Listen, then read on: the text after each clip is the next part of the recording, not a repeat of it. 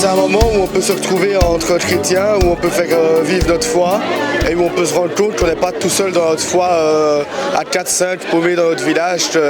Il y a des milliers de jeunes qui sont là.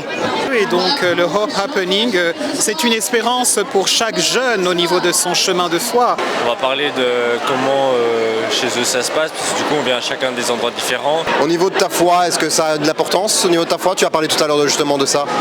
Je trouve que oui, parce que pour moi la foi, il y a un grand rôle qui se joue vis-à-vis du partage, de parler avec les gens et de propager la foi. Et pour moi le premier pas pour faire ça, c'est être souriant et montrer qu'on est heureux d'être là et heureux de participer à un événement grandiose comme celui-ci. C'est important pour partager ma foi, pour vivre ma foi aujourd'hui avec les jeunes d'aujourd'hui aussi, parce qu'il y en a beaucoup. Et voilà, c'est important comme disait le pape Benoît XVI, voilà, on fait de l'évangélisation par attraction et pas par prosélytisme. Et ils découvrent notre monde, que l'église est quand même vivante malgré tout. Les gens disent que l'église est par terre, mais moi je vois quand même il y a l'espérance et quand je vois la joie dans les cœurs des jeunes.